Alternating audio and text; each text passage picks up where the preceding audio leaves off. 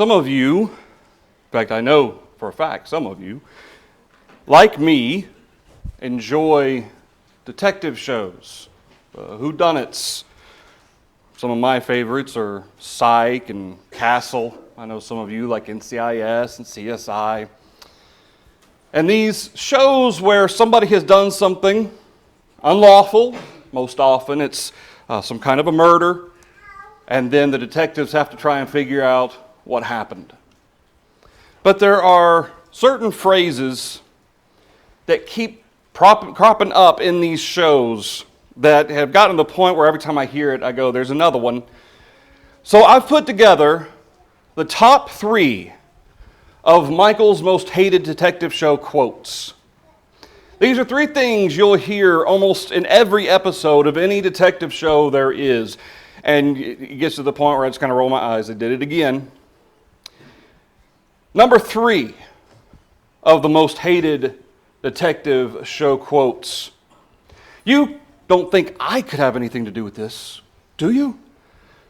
Well, if they're asking for an alibi, generally speaking, yeah, they think you could have something to do with it. There's no point in being incredulous and asking, oh, you don't think I could have done this?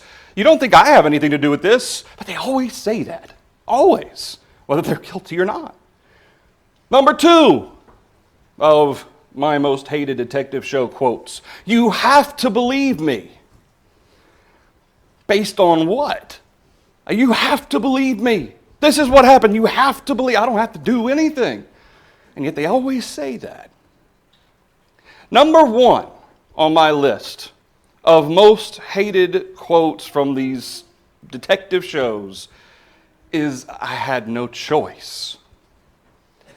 And almost generally at some point during the kind of cleanup, wrap-up of the episode where the guilty party is being arrested, I had no choice.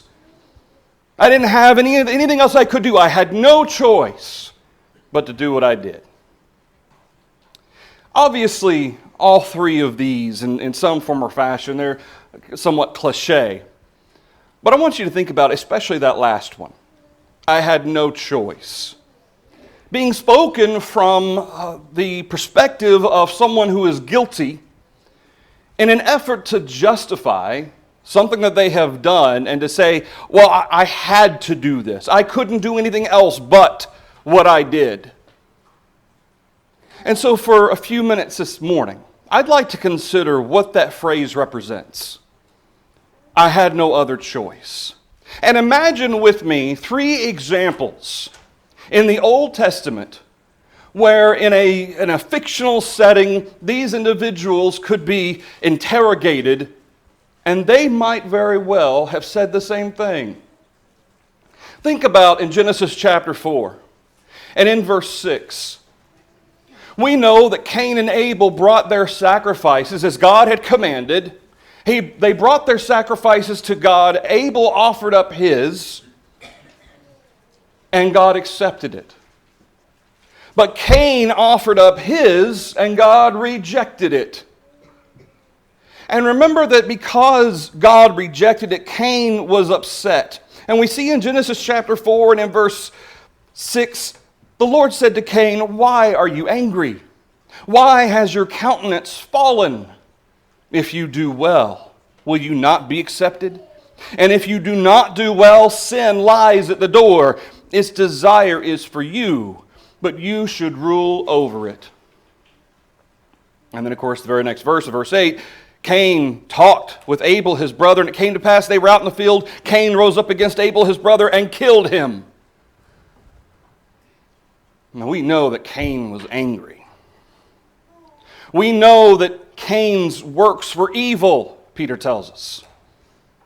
But I want you to imagine this setting where you're asking Cain, why did you do it, Cain? Picture Detective Kate Beckett on the other side of the table. You went out there and then you killed your brother. And imagine Cain responding, I had no choice. He was making me look bad. As long as Cain was the standard of giving God what he wanted, mine was never going to be accepted. I had to kill him. Can you imagine that defense being offered? Because Cain was jealous. He was upset that God had accepted Abel's, but rejected his. So as long as the standard was what Abel was offering, Cain in his mind may have felt that his was never going to be good enough. So get rid of Abel. And the Lord, of course, condemned Cain for what he did. What about Saul? In 1 Samuel chapter 13, 1 Samuel chapter 13, we have the account of Saul. He's only been king for about a year. In fact, we find that in verse 1 of 1 Samuel 13. Saul had reigned for 1 year. And then we find he had reigned for 2 years over Israel, verse 1. And then we see this gathering storm against there in verse 3, Philistines. I was wanting to say Philippians. I don't know why. Philistines. And we see how that the Philistines have amassed a great army. And we see starting in verse 7 of 1 Samuel chapter 13. Notice with me.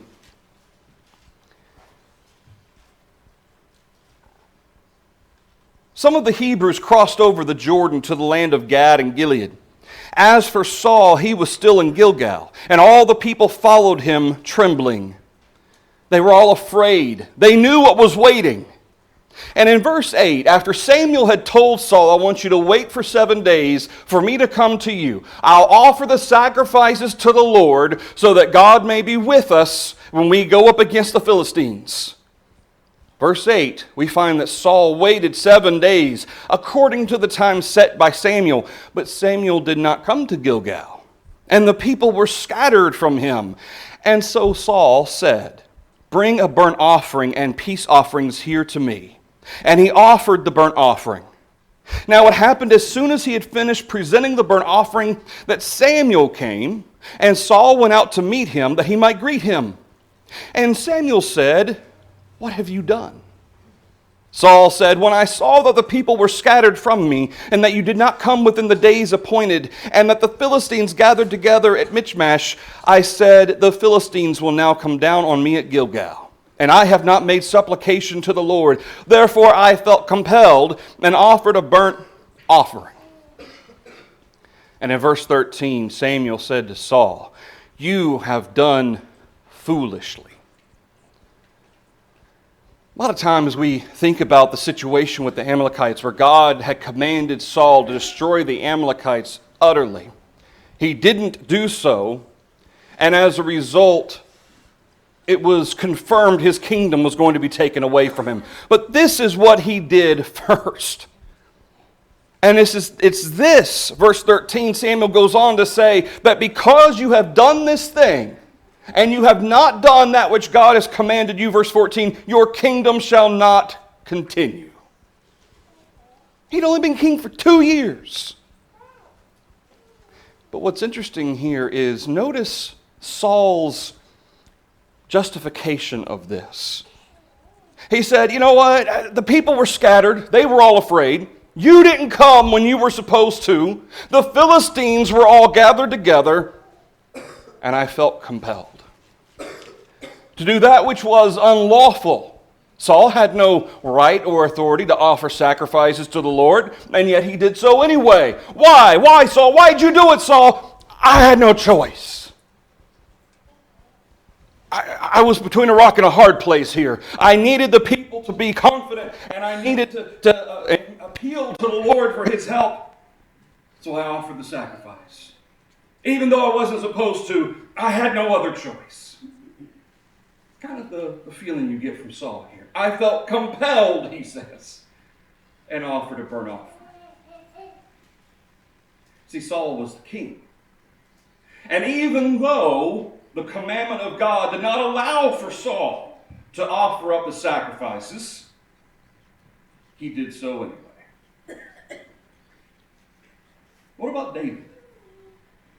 In 2 Samuel chapter 11, 2 Samuel chapter 11, we're not talking about specifically the sin with Bathsheba. He had a choice to make, and he made his choice. It's what he did after that that we want to focus in on here.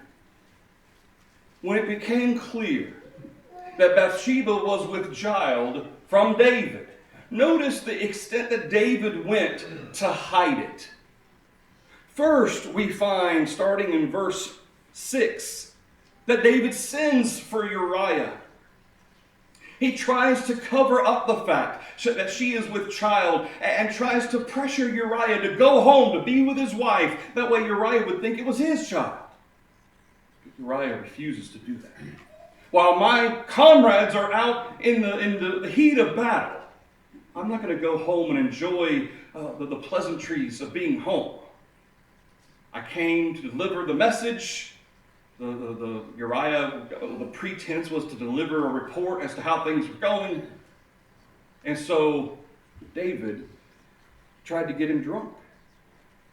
So you know what? Maybe if I can give him wine and try to get him drunk, he'll not even think about what he's doing, and he'll just go home.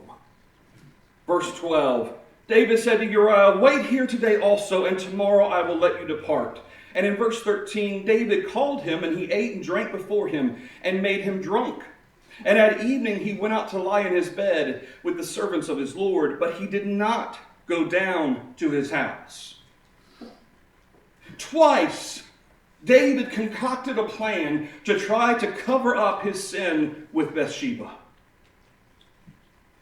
but refused, Uriah did, to go home. So what was the third effort from David? Verse 14, David wrote a letter to Joab, sent it by the hand of Uriah, and it just happened to be his own death sentence. And what David wanted Joab to do was, in the heat of the battle, with Uriah on the front lines, I want you to retreat, leaving those frontline soldiers there to defend you while you retreat. And what David's hope was that Uriah would die in the midst of that battle. And we see in verse 17, some of the servants of David fell. Uriah the Hittite died also. If you had David on the other side of that interrogation table, and you said, David, you went so far, not only to try to cover up your sin with Bathsheba, you got him drunk and tried to cover up your sin with Bathsheba, and then you gave the order. You might as well have been the one that delivered the blow from the sword or the arrow from the bow. You sentenced him to death to cover your sin. It didn't really occur to David, everything that he had done, and the full extent of it, until Nathan comes in chapter 12. But in that moment, David had to justify that somehow. Just as Cain may have thought to himself, I've got to get rid of Abel. He was angry, he was jealous. Maybe he even thought, I don't have a choice. I've got to kill him. Just as Saul thought, I don't have any other choice. I've got to offer up these sacrifices or else my people are going to scatter and I'm going to die. David, in this moment, as he's justifying in himself, imagine David, the man after God's own heart, 3 times tries to get this cover-up in place. Finally succeeds that 3rd time. Why? He didn't feel he had a choice. He didn't want it to come to light. He didn't want people to find out about it, the shame and the humiliation and everything else that may have gone with it. So he tried to get rid of the evidence.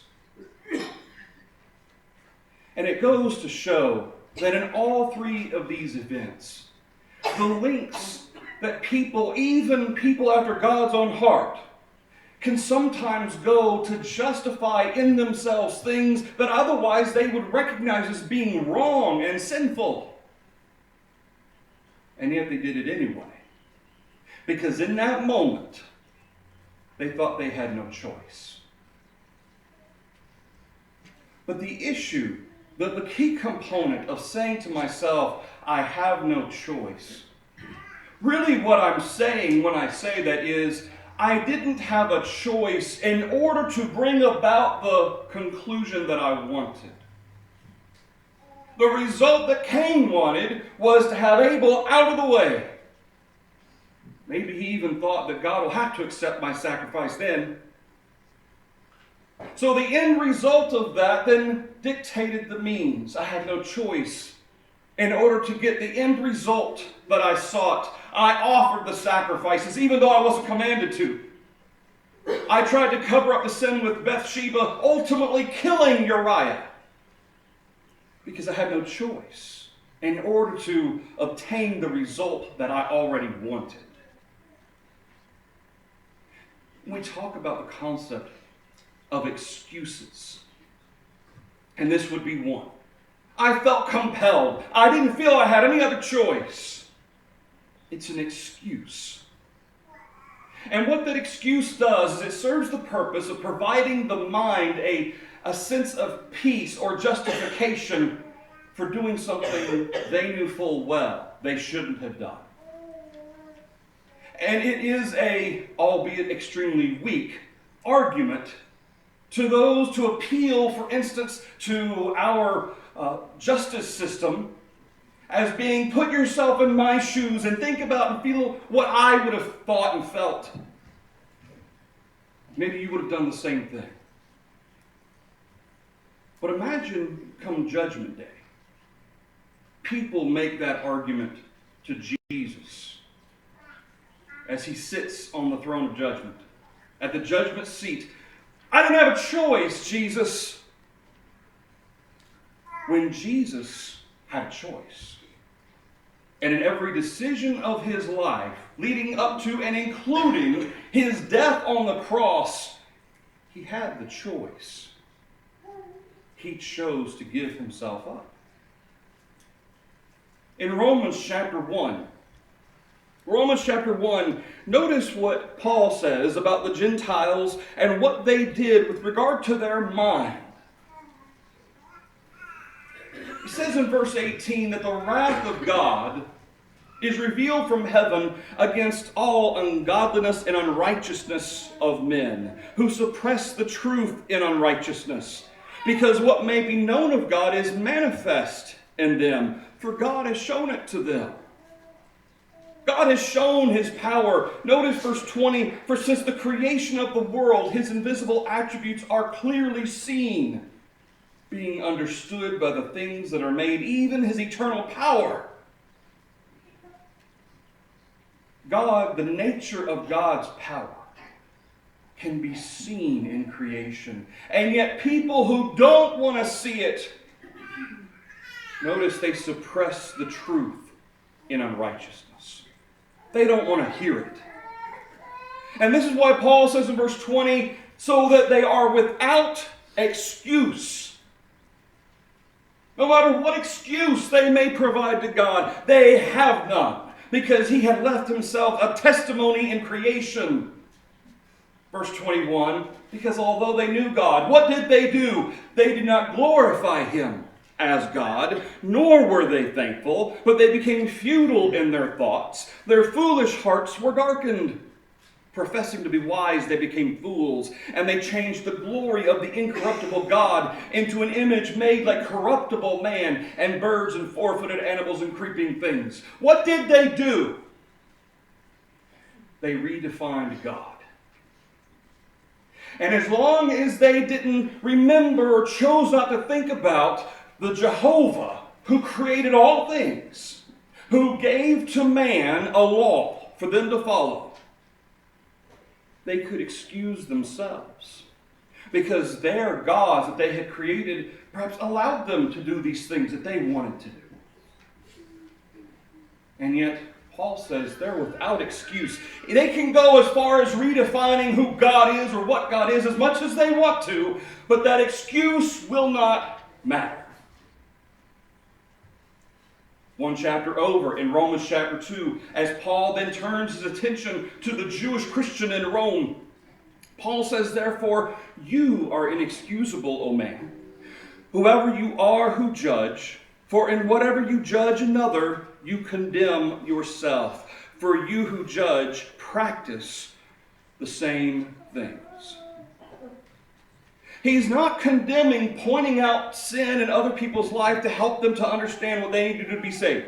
That's not what he's condemning. Jesus himself says in John chapter 7 that we are to judge not according to appearance, but judge according to righteous judgment.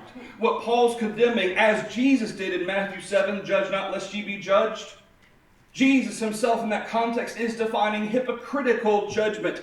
First, take the beam out of your own eye so that you can see clearly to help your brother in his life, to remove the speck from his eye. Paul's dealing with the same concept of hypocritical judgment. Verse 2, we know that the judgment of God is according to truth against those who practice such things. Do you think this, O man, you who judge those practicing such things and doing the same, that you will escape the judgment of God? Do you despise the riches of his goodness, forbearance, and long-suffering, not knowing that the goodness of God leads you to repentance?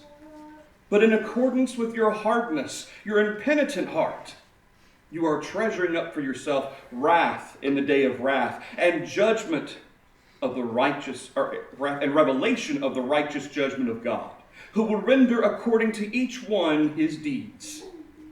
Eternal life to those who by patient continuance in doing good seek for glory and honor and immortality, but to those who are self-seeking and do not obey the truth, but obey unrighteousness, indignation, and wrath. And he concludes in verse 11, for there is no partiality with God.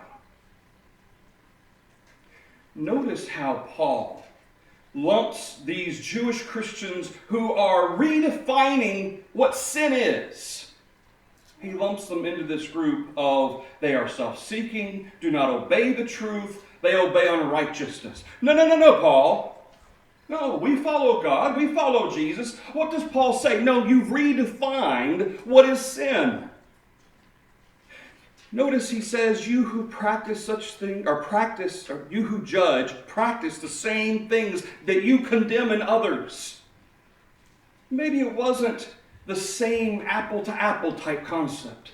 Maybe it was to a lesser degree. See, as long as it's not as blatant or as obvious a sin as the Gentiles may have been guilty of, what I'm doing is nothing compared to what they're doing. Their idea of stealing blatantly in the marketplace, I don't steal, even though maybe I cheat my way through people, from people trying to see what I can gain. Maybe I cheat them out of what I owe them. Maybe I don't pay what I'm supposed to with regard to my taxes. It's still stealing. No, it's completely different. Their sin is blatant. What I do isn't stealing. Yet Paul says, verse 3, oh man, do you think this? You who judge those practicing such things, and you do the same, that you will escape the judgment of God? What was the excuse? What was the mindset for the hypocrisy? That it's not the same for me as it is for them. This is why Paul concludes in verse 11, there is no partiality with God. The Jew thought that the Jewish Christian to whom Paul's writing thinks to himself that he will be judged by a different standard than that which they themselves were holding to the Gentiles, and in fact rightfully. It wasn't that the Gentile or the Roman Jews here had the wrong idea of what was sinful. It sounds like they were appropriately applying it, but they were hypocritically doing it. They weren't following the same standard. As if my standard's more lenient. And the excuse would be that the sin isn't the same. It's not the same thing. It's not as bad as what they're doing. See, when you make excuses to justify yourself, it can lead you to redefine who God is. God and Allah are the same God, people say. Or they say that God is all love. He won't send anyone, condemn anyone to hell. When you start describing characteristics of Jehovah that do not exist, that go contrary to what the Scriptures teach, you are no longer describing Jehovah, you're describing a false God. A God that allows for as long as you accept Jesus into your heart, you don't have to do anything. You don't have to change your life. Even atheists can go to heaven. That's not what the Bible teaches. That's not what Jehovah teaches. So when people teach that, when they say that, they're not describing Jehovah. They are redefining God in the way that they want. And when people think to themselves that God won't condemn me for this sin because I'm a Christian, He condemns everybody else. Or I think in terms of degrees of sin, oh, theirs is blatant, mine isn't. It's not the same thing. I redefine sin.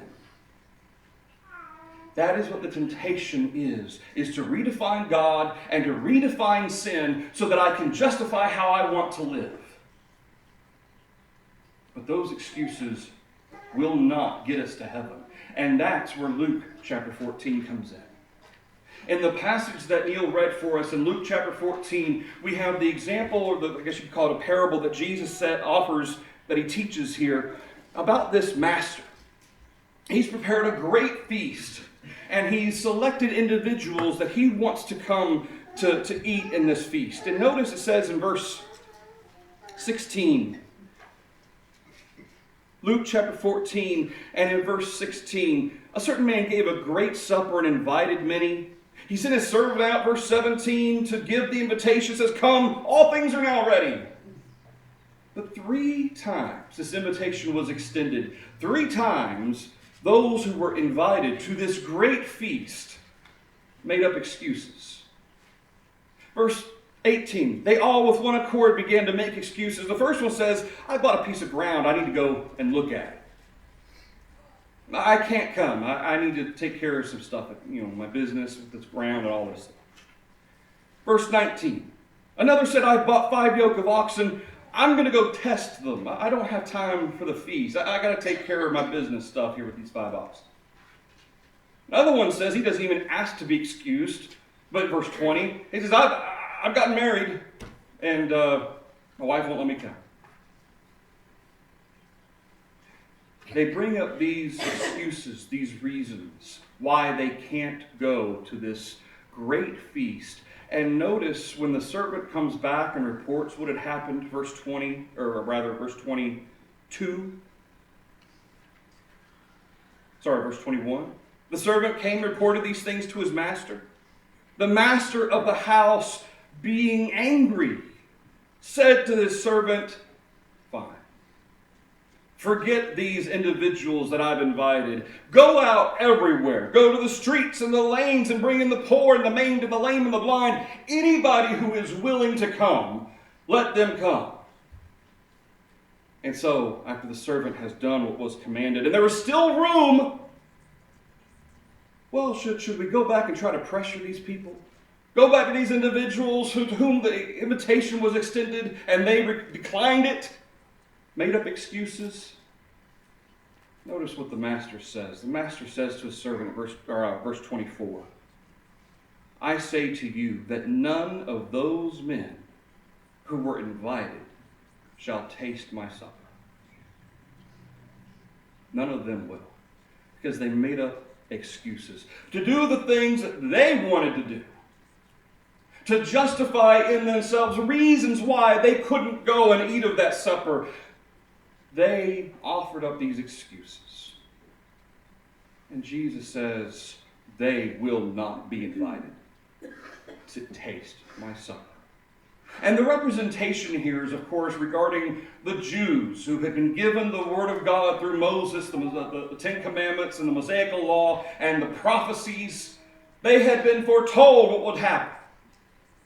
In fact, even after the establishment of the church, Paul and his teachings would go first to the synagogues, because you'd think those would be the people who'd be willing to listen the most. Ironically, it wasn't. But what Jesus is describing here is bring everybody in. Not just these ones that were invited, They've made excuses to why they can't come. Bring everybody else. If they're willing to come, let them come. It goes to show the danger of excuses. Not only can lead one to redefine God, can redefine sin, but the whole point of it is to justify what I want and the reasons why I do what I want. But when people get to judgment, and people try, and they will try, to make excuses for why they did this or didn't do that, Jesus will say, look, I offered you an invitation, and you refused. You came up with excuses as to why I'm not going to be baptized today. Maybe next week. Maybe next year. Maybe when I'm a little older, let me enjoy my youth, and then maybe when I'm older, I'll come. People who make up excuses thinking, I didn't have any other choice. This is what I wanted as an end result. And in order to achieve that, this is what I had to do. I had no choice. I'll say to you, none of those who were invited shall taste my supper. Those who were invited and made up excuses as to why they can't make it. Some of you know, most of you know, almost all of you know, I'm kind of a sci-fi, tend to be. My favorite Star Trek, Star Wars, take it or leave it. Babylon 5, it's decent. Well, there's a quote that I came across. Incidentally, this is from Lady Morella, played by Gene Roddenberry's real-life wife, who was also in Star Trek. She was speaking to Ambassador Malari. Malari wants her to give him a glimpse to the future. Because he doesn't know, he thinks that something is greater for him, but he doesn't know if it's something good or bad. And he says, I don't know if it's still time to turn away from it, or if I have no other choice now. And that's what he asks her. He says, I don't know if I can still turn away from what's going to happen, or if I have no choice in the matter. And this is what she says to him. She says, there is always choice. We say there is no choice only to comfort ourselves with the decision we've already made. In other words, we say there is no choice as an excuse. Because we've already decided what we want to do. We've already decided what the end result is going to be. And so we say, I have no choice to comfort ourselves, to justify it to ourselves. The same process takes place within those to whom the gospel call is sent, and they hear it. And maybe they're even afraid and trembling, as Felix was. But then something gets in the way. Greed, politics, lifestyle choices, and they say, maybe at a more convenient time. Or like Agrippa, almost you persuade me. But as we sing in our hymn, almost but lost. We need to beware of the dangers of excuses. Because this doesn't just apply to people who aren't Christians, who are called through the gospel to hear the words of Jesus when he says, he that believeth and is baptized shall be saved. That call certainly is for them. But the danger, the warning is also for us. Just as Paul warned regarding the Jewish Christian in Romans chapter 2, who was hypocritically redefining sin in himself, thinking that he wasn't subject to the same standard. We have to be very careful because often we can justify and make excuses in our own minds as to why we can't make it to worship service on Sunday morning or Sunday afternoon, or make it to Bible study with the saints on Wednesday night. Make up excuses for why we kind of maybe yield in the face of ridicule. People who might make fun of us, our friends, our coworkers, cause us to maybe back down and not speak up as maybe we should. Maybe calls us to justify actions and behavior, lifestyles that we know God does not approve of. And yet, I had no choice. In order for me to obtain the result that I wanted from my life, This is the way I had to live it. This is the type of job I had to have, type of education I had to get. And so everything else didn't matter except the end result. The ends don't justify the means. No excuse is going to get us to heaven. Doesn't work that way. Only submitting and doing what God tells us to will. We offer the invitation to those who are not Christians to be baptized, to have your sins washed away. Those of us who are Christians, to make sure we're being honest with ourselves, looking at ourselves in the full picture, looking in any areas in our life where we might be making excuses. We offer an invitation to anyone who needs help for their soul, who might be sitting here right now saying, maybe next week, maybe next year. I'd have to give up too much right now to become a Christian. I'd have to change too much in my life. I don't have a choice. I have to wait. No excuse is going to get us into heaven. But any and all excuses will keep us out of it. Will you obey the gospel call now? The invitation is extended. If you're subject, come forward as we stand and sing.